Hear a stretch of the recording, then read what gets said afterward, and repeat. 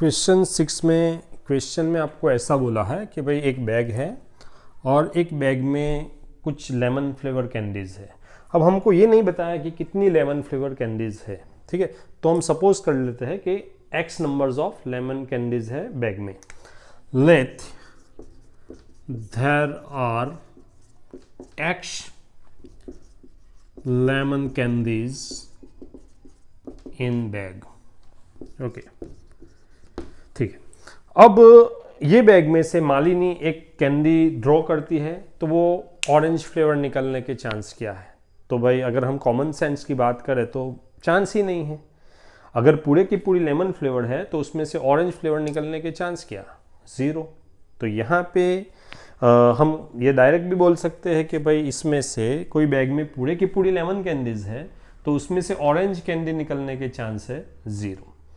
और अगर ये बात हमें मैथमेटिकली लिखना है, जैसे कि मैंने इंट्रोडक्शन में बताया था कि प्रोबेबिलिटी, यहाँ प्रोबेबिलिटी हम किसकी निकाल रहे हैं? ऑरेंज फ्लेवर की, is equal to favourable outcomes upon total outcomes. तो फेवरेबल है अपनी ऑरेंज कैंडी।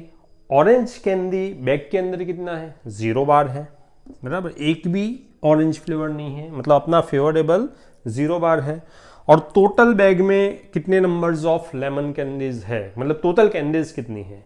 तो टोटल कैंडीज जो है वो हमने ले लिया है x, क्योंकि उन्होंने कोई नंबर बोला नहीं है। तो 0/x that is equal to 0, ठीक है। और हम जो डायरेक्ट सोच रहे थे वहां से भी 0 ही आ रहा था। ओके, उसी के अंदर सेकंड क्वेश्चन पूछ रहा है कि भाई लेमन फ्लेवर निकलने के चांस कितना? अब देखो, अब अपना फेवरेबल कौन है? लेमन फ्लेवर अपना जो है वो फेवरेबल है, ठीक है। As per the definitions of probability, favourable outcome upon total outcomes, ठीक है।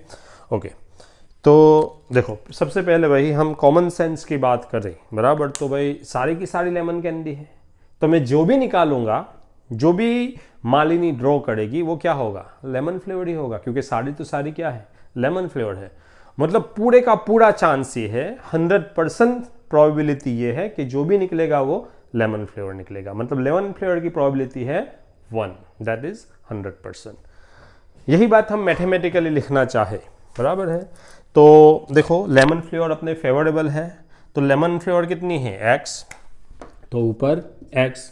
और टोटल कैंडीज कितनी है? टोटल कैंडीज भी वही है x, क्योंकि पूरे बैग में लेमन फ्लेवर है और उसको हमने सपोज कर लिया कि वो कितनी है? x।